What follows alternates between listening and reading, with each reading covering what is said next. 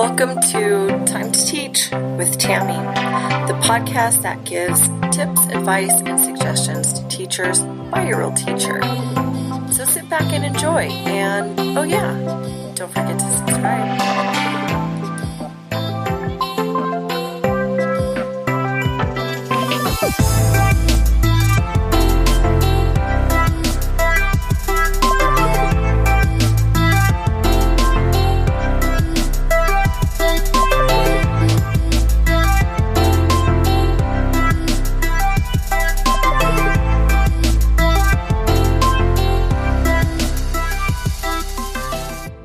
And we are back. Welcome to episode 32.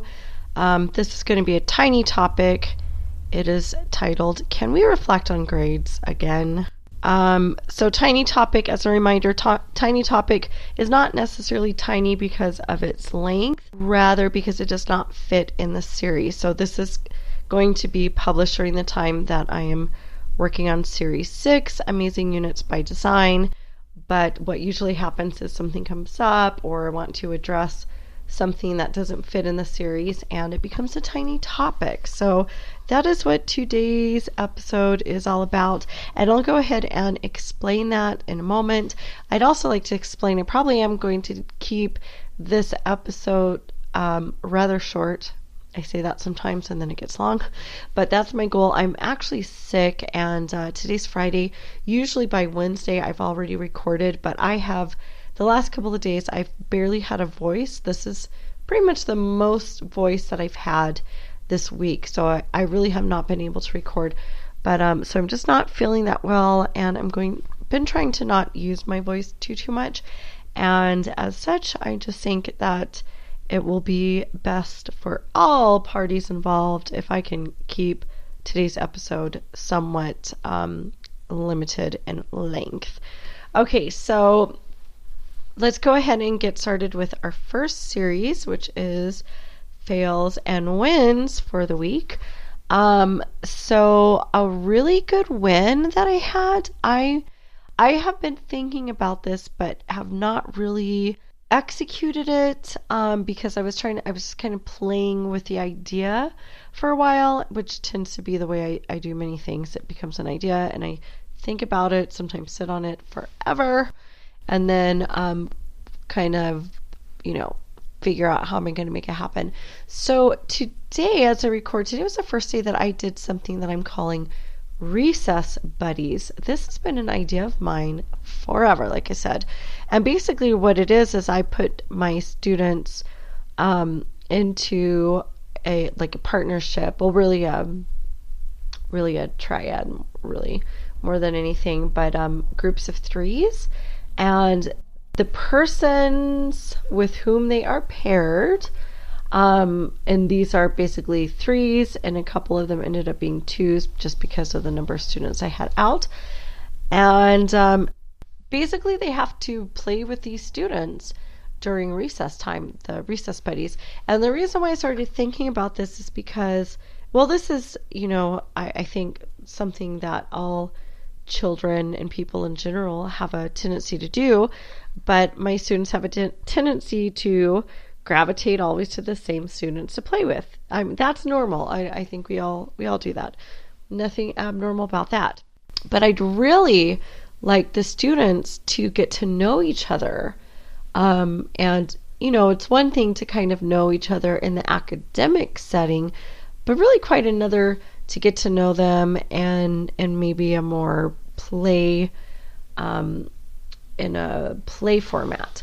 So I kind of got this idea a while ago and I just hadn't really acted on it. And I decided today would be the day. So I did it, put them in threes, a couple of them in twos. And we have two recesses. So for both recesses, they had to play with their recess buddy. And of course, when I introduced this to the class, I explained to them, this is why we're doing it. It's really, it's okay to have good friends and that's what everyone does. That's healthy, but it's also healthy to learn how to play with other people. It's really healthy to learn how to, get to know each other. This is going to make us a stronger community.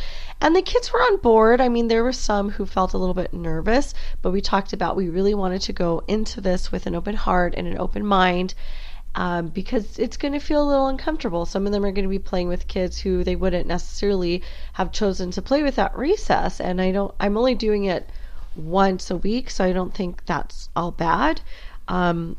So it's good. It's really good. And it ended up the kids, even what was funny is some of the kids who were really nervous about it, because we talked about how are you feeling before we did it. Those kids came back and reported back. They were laughing as they were telling me these games they were playing, and it was good. I mean, it wasn't like there wasn't any incidents. I did have at least one set of recess buddies who one disappeared and they couldn't find the person, and I think that person was just trying to go and choose maybe his own buddy, but then we kind of talked about why it's really important that we are getting to learn more about each other and put time into this. So even if it feels uncomfortable, we're really going to push ourselves in this way. So it ended up being a really great thing. So I'm going to continue to do this. I might not do it on Fridays though, just because I happen to remember that, we also have a lunch bunch on Fridays, and I usually have a different kind of pairing, and that's going to mess up my system. So I might do it on Mondays, because Mondays will work better with my schedule. So I might do it every Monday, and maybe start the morning by talking about who their recess buddy is, recess buddies, who their recess buddies are, and then giving them a couple minutes to actually sit down and talk with their recess buddy, and then maybe pre-plan what are we going to do at recess, which was something I had them do today. Well, I didn't have them do it, but I suggested to them it might be really good to find out what your buddy would like to play. And then I heard some of them just do it as we were lining up. So we talked about at the end that was a really good strategy, is talk to your recess buddy. So I think if I give them the time to do that, there is a higher chance that will happen. So that was a great win, and I'm so looking forward to continuing doing this, because it's just, it's been really exciting. It was exciting to get this idea actually up and going. Okay, fail for the week.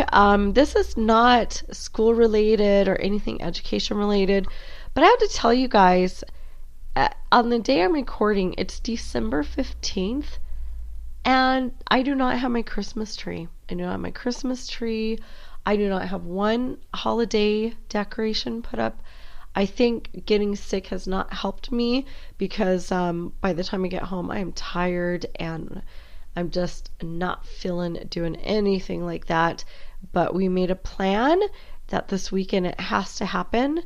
So I'm hoping that it will happen. We just, prior to me starting to record, got a little bit of bad news health-wise from my husband's family. So that will take priority, and so we will see. But the goal is that we are hoping to get that done this weekend.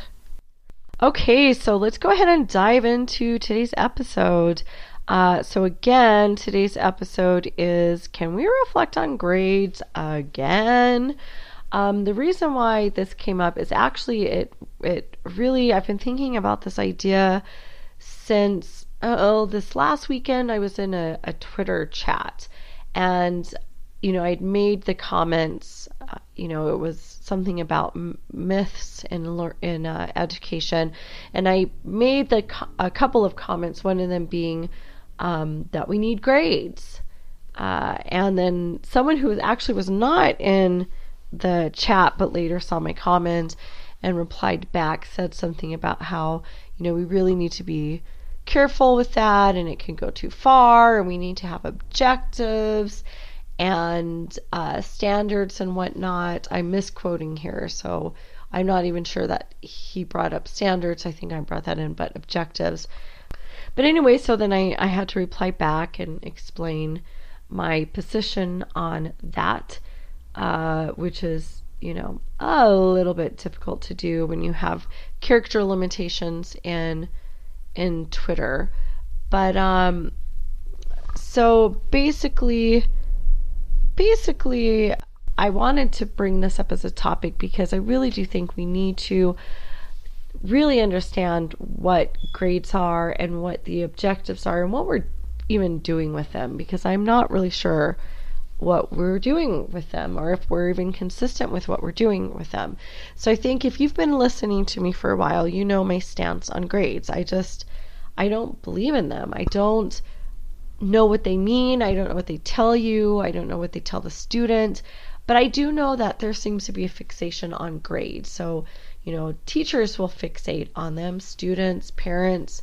I mean, everyone will fixate on them because that's currently how our system runs. It runs basically on grades. I'm happy to say at my school, my awesome school, at least in my section, we are standards based.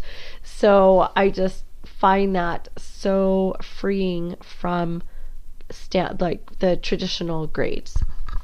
So here is where I'm coming from, because I know it's difficult.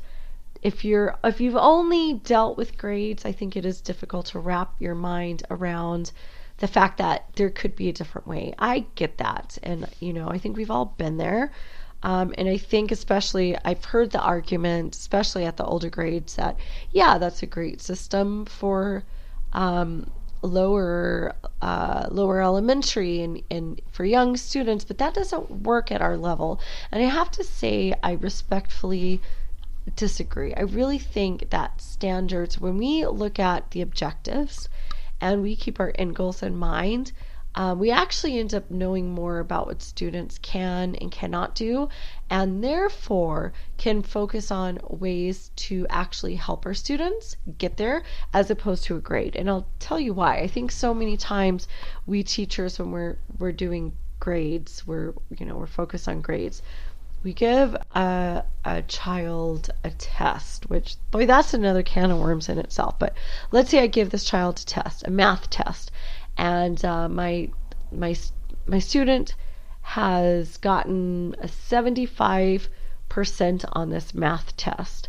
Well, I don't know what that 75% means. I just don't. I don't know what is the 75% that my student can do, that my student knows how to do. What is the 25% that my student hasn't mastered? And granted, I can go through the test and actually figure that out, but I would argue that I don't think most teachers are doing that necessarily.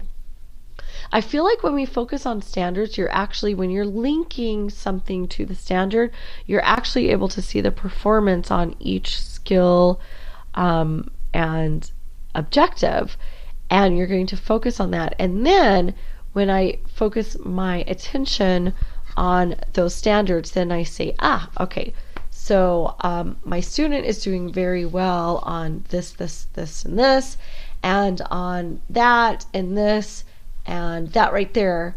That's where my student needs additional help. And I'm really going to focus my time and energy and planning also, because you need to plan if you're going to give support in those areas. Whereas if I hear 75, I'm like, my student's not good at math. And I say that because many parents at our school, if they see anything under an A, which would have been technically a 9, because in Mexico it's a numerical grading system for schools who use that system.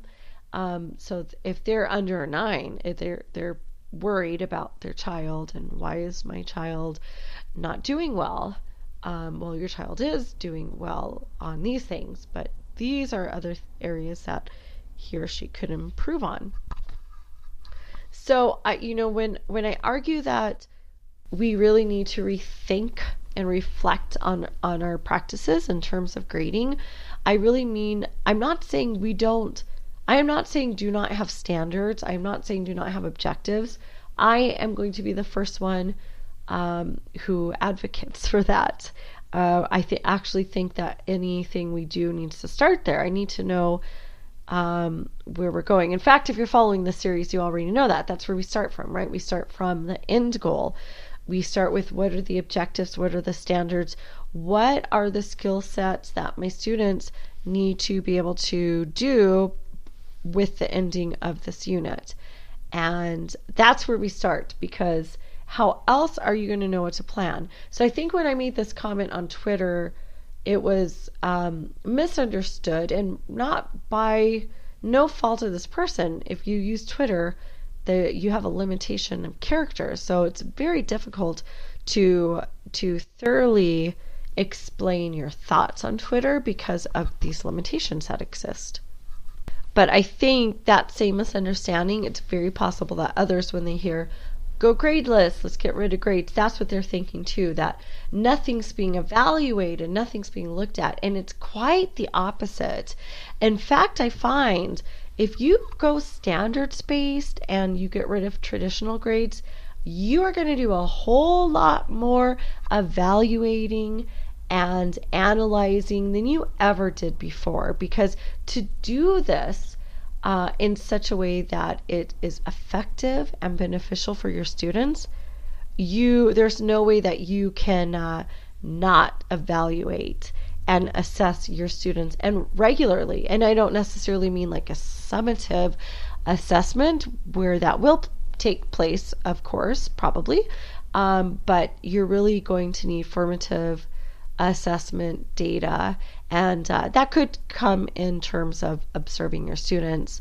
So it's not everything has to be written and everything has to be so formal, but it has to exist in order for you to know. So when you're working with standards, you've got a whole list of standards, and you get to understand your content better, because you understand, this is what I'm looking for, this is what I need my my students to be able to do and perform.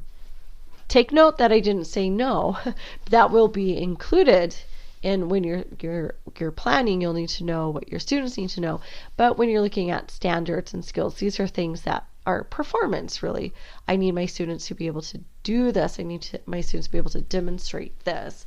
So you're going to get to understand probably your content even better, because you're looking at ways to connect the performance to the content. Because remember, content, I would argue, is not your end goal. We're not teaching content, although we might want to double check that we're not doing that, but we should not be teaching content.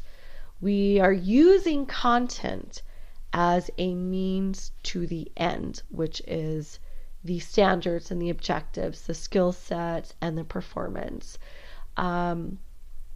So we're going to use our content to get there, but we're really teaching with something bigger in mind, so that we get to that end goal. So when you hear the discussion, and especially when you hear this argument in the larger realm, I think it's really important that we educate ourselves on what this argument is.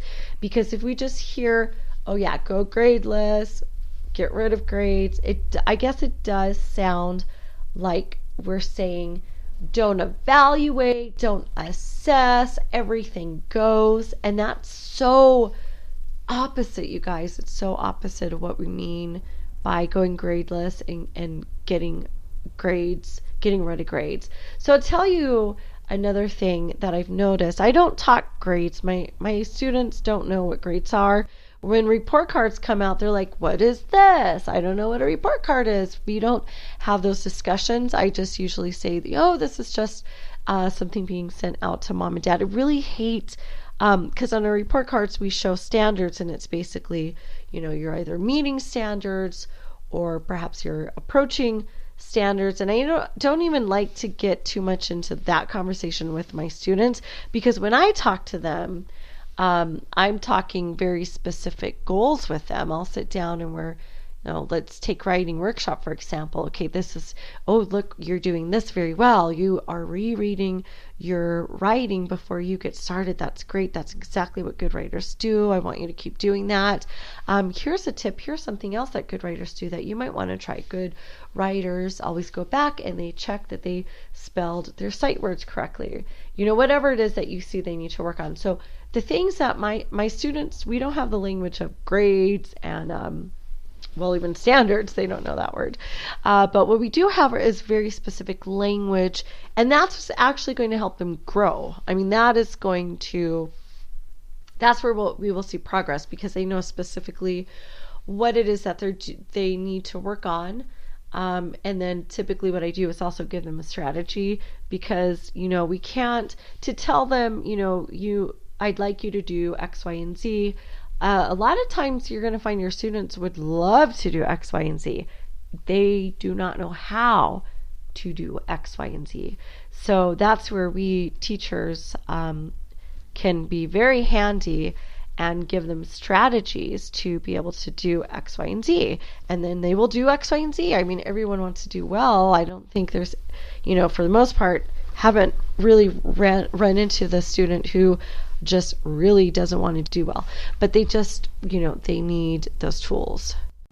Now, I do understand that there, are schools where you have to give grades, and that's the way it is. But we've talked before on the show, there are ways around it, and I'm not doing it that way because we don't give grades, so I'm not the expert in how that would look, but I know that teachers who are focusing on actual skills and standards, but also have to give grades, they a lot of times will sit with the kids and at the end of the term have the student decide, what grade do you think you've earned? And this is after a term of really working a lot on giving feedback to students and helping them grow and meet the standards and the objectives. So even if you find yourself in a situation where you say, I have to give grades, there are ways